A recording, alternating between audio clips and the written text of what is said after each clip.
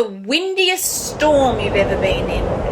Now, I've been in some crazy storms, and one thing that always amazes me about the wind is that I can't see it, but I can feel it, and I can see what it's doing in the world around me, like to trees, to my hair. Wind's pretty cool. And today we're going to hit you up with some JRev fast facts about someone in the Bible that's sometimes described as wind, the Holy Spirit. Fast fact number 1. The Holy Spirit is like the third part of the Trinity. So the Trinity is how we describe like the whole ticket, the whole bit of who God is. So we have God the Father, we have Jesus the Son, and we also have the Holy Spirit. They're all God, they're all one being, but they kind of have 3 different roles to play. Which brings me to fast fact number 2. The Holy Spirit is our helper. Okay, so to explain this, we need to kind of go back in time a little bit. We need to go back into the part of the Bible where Jesus had died, which was really sad. And then because his love for us was so enormous and huge, and because he's God and not a regular human, he was able to rise again back to life. And then he was kind of around for a couple of weeks. And then he told his disciples that he was going to be going to heaven, but not to worry, because he would be sending them his helper. And actually, Jesus told his disciples it would actually be better for them if he went back to heaven, because this helper is really important. So the disciples were a bit confused and pretty sad because their friend was leaving.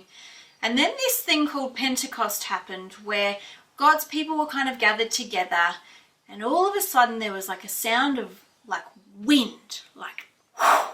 Some of them had some weird stuff on their head that looked like fire. Hello. Some of them started speaking in languages that they wouldn't normally speak in. And God was doing all of this to show his people that he was pretty powerful. He could do anything. And he'd sent the Holy Spirit to be with all of them, each individually at the same time. How cool is that? So basically, the Holy Spirit is like Jesus, but portable. Think of him as pocket Jesus, like it's the part of God or the part of Jesus that we can pop in our pocket that's just always with us all the time. And if Jesus hadn't have gone back to heaven, we wouldn't have been able to have the helper with us always. So Jesus was right. Fast fact number 3. God's Holy Spirit is always with us.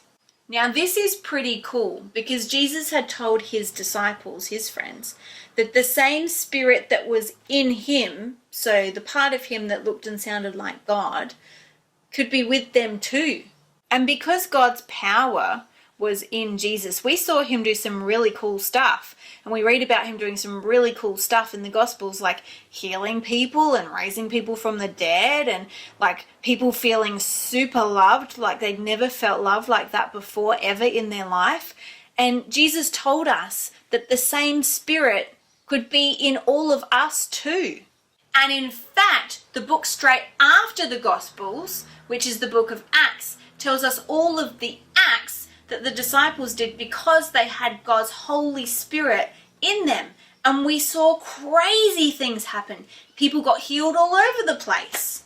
And the good news about God's love, which actually gospel means good news, the good news about God's love started spreading through the world everywhere. And they did all of that because God's Holy Spirit was with them. Which brings me to fast fact number 4 and my personal favourite of the week.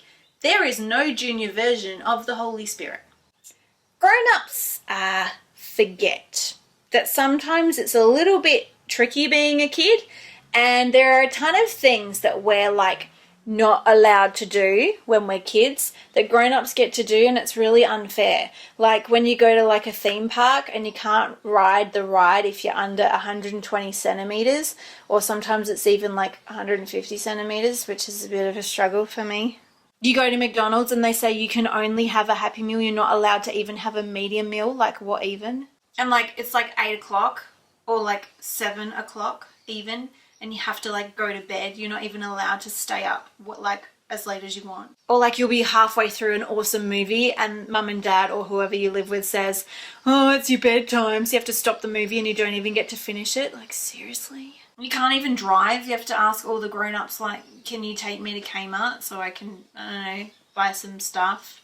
There are like stacks of limits that exist on kids sometimes, but here in JRev land, we have amazing news for you with this fast fact, because the same Holy Spirit that exists in grown-ups' lives is available for you guys as kids. And you know what? I actually think kids are really, really, really good at hearing from the Holy Spirit. Do you notice that grown-ups tend to overcomplicate things? They get distracted. They stare at their phones and they miss the beautiful flower that you walk past on your way to school every day. Or maybe they're too worried about all the things that they have to do tomorrow that they forget about the awesome things that are happening right now. See, I think that kids can hear from the Holy Spirit really well because you guys are really good at being right in the moment.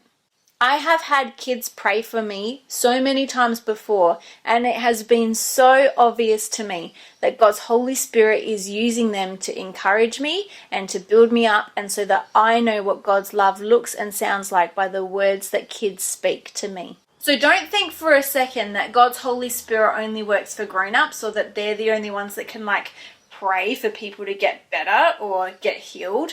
That's ridiculous.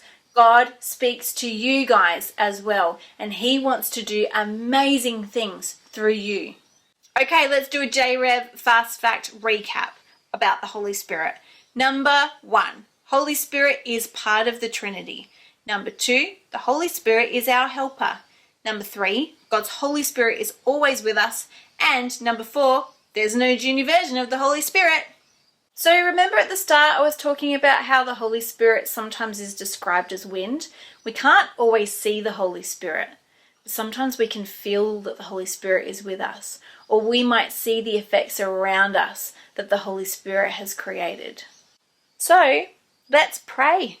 We're going to ask the Holy Spirit to fill us so that we will be aware of what God is doing around us. Let's pray. Dear God, we thank you for your helper, the Holy Spirit, who's always with us and helps us to know what your love is like. Holy Spirit, we ask that you fill each of us, that we would know that you're with us, that we would hear from you, and that we would be able to see the work that God is doing around us so that we can be a part of it. Amen.